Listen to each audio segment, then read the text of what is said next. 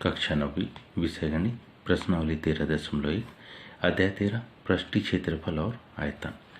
एक घनाकार डिब्बे का एक किनारा 10 सेंटीमीटर लंबाई का है तथा एक घनाभागाकार डिब्बे की लंबाई चौड़ाई तथा ऊंचाई क्रमशः 12.5 सेंटीमीटर, 10 सेंटीमीटर और 8 सेंटीमीटर है।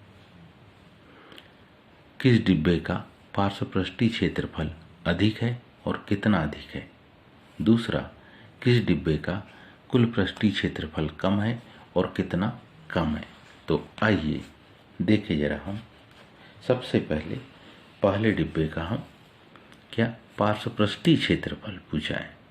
पार्श्वपृष्ठीय क्षेत्रफल का मतलब होता है डिब्बे के आजू बाजू की सतह का क्षेत्रफल, आधार और शीर्ष का क्षेत्रफल नहीं पूछा।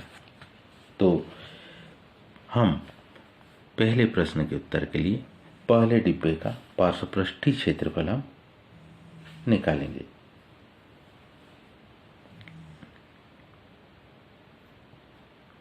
पहले डिब्बे का पार्श्वपृष्ठीय क्षेत्रफल। हम में से सब जानते हैं कि जो डिब्बे की कंडीशन दी है वो पहला डिब्बा है घनाकार, जिसमें एक ही विमा पर्याप्त होती, क्योंकि उतनी ही उसकी लंबाई, उतनी ही उसकी चौड़ाई और उतनी ही उसकी ऊंचाई होगी। तो पार्श्वपृष्ठीय क्षेत्रफल जब निकालते हैं हम किसी घन का, तो वहाँ सूत्र होता है 4 गुणित भुजा की घात 2।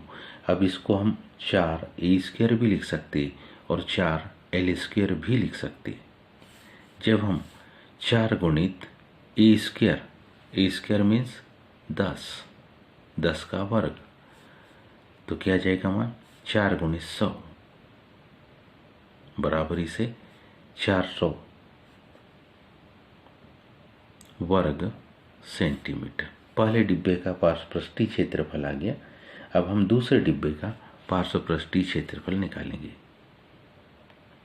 तथा दूसरे डिब्बे का पार्श्वपृष्ठीय क्षेत्रफल। दूसरे डिब्बे का जब हम पार्श्वपृष्ठीय क्षेत्रफल निकालेंगे तो सूत्र होगा 2 कोष्ठक में लंबाई धन चौड़ाई गुणित ऊंचाई। मान हमारे पास होगा 2, लंबाई हमारे पास दी है 12.5 मीटर, धन चौड़ाई हमारे पास दी है 10 मीटर। 12.5 धन 10, ऊंचाई हमें दी है 8 सेंटीमीटर। इन दोनों को जोड़ेंगे तो मान आएगा 22.5 गुणित 2। तो 2 गुणित 22.5 गुणित 8। जब हम गुणा करेंगे तो ये माप आ जाएगी कितने? 45 गुणित 8। 45 में जब 8 का गुणा करेंगे तो आएगा 360 वर्ग सेंटीमीटर। अब हमारे पास में 2 माप है, इसको भी चाहे तो हम ऐसा ही लिख दें, क्या? वर्ग सेंटीमीटर। दोनों की इकाई को एक जैसे लिखेंगे हम, ताकि हमको समझने में सुविधा हो। तो हम बड़ी आसानी से कह सकते दोनों के पार्श्वपृष्ठीय क्षेत्रफल का अंतर कितना है। देखिए, दोनों डिब्बों के पार्श्वपृष्ठीय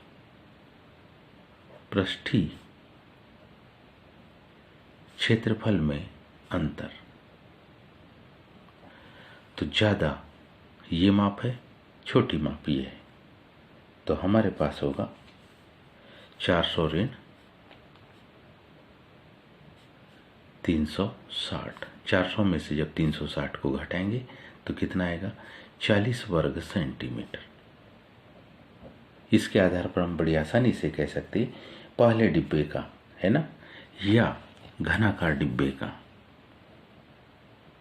पहले डिब्बे का या घनाकार डिब्बे का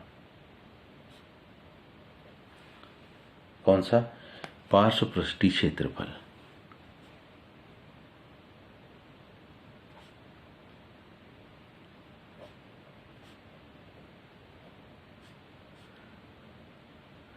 घनाभाकार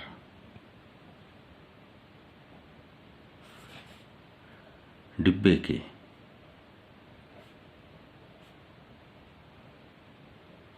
पार्श्व पृष्ठीय क्षेत्रफल से 40 वर्ग सेंटीमीटर कैसा है? अधिक है। ये पहले का उत्तर कंप्लीट हो गया।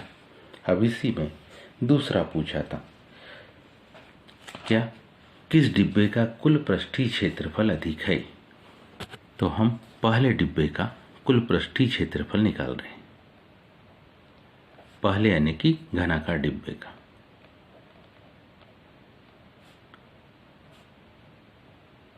कुल पृष्ठीय क्षेत्रफल, घन का पृष्ठीय क्षेत्रफल का सूत्र है क्या? 6 गुणित भुजा की घात 2 या 6a की घात 2।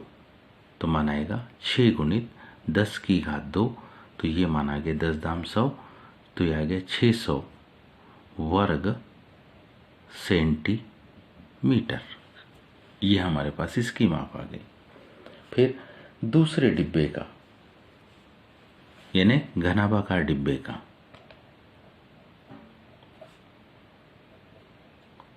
दूसरे डिब्बे का कुल पृष्ठीय क्षेत्रफल, उसका सूत्र हमारे पास होगा क्या? 2 कोष्टक में लंबाई गुणित चौड़ाई धन चौड़ाई गुणित ऊंचाई धन ऊंचाई गुणित लंबाई। इसमें जब माप को रखेंगे हम तो माप हमको मिलेगी 2, लंबाई हमारे पास है 12.5 गुणित 10 चौड़ाई धन 10 गुणित ऊंचाई हमारे पास है 8 धन 8 गुणित लंबाई 12.5। जब हम इसको कंप्लीट हल करते तो माप आती हमारे पास 2 गुणित ब्रैकेट के अंदर 305, इसका जब गुणा करते तो यह आता 610 वर्ग सेंटीमीटर। ध्यान से देखिए तो घनाकार डिब्बे का क्षेत्रफल है 600 वर्ग सेंटीमीटर और घनाभाकार डिब्बे का क्षेत्रफल है 610 वर्ग सेंटीमीटर। दोनों के कुल पृष्ठीय क्षेत्रफल का अंतर हम निकालेंगे। दोनों डिब्बों के यहां लिख देंगे कुल पृष्ठीय क्षेत्रफल में अंतर।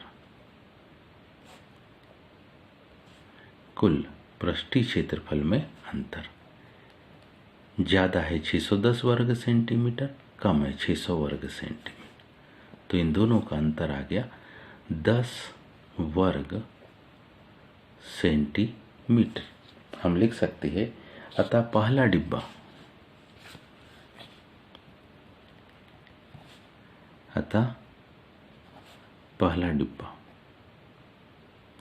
किस प्रकार का था?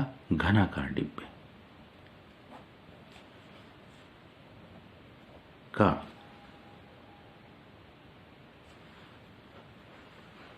कौन सा पृष्ठीय क्षेत्रफल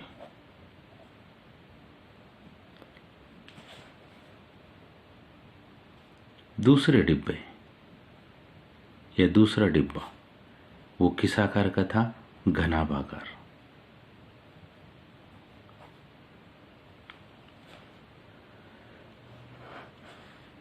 डिब्बे का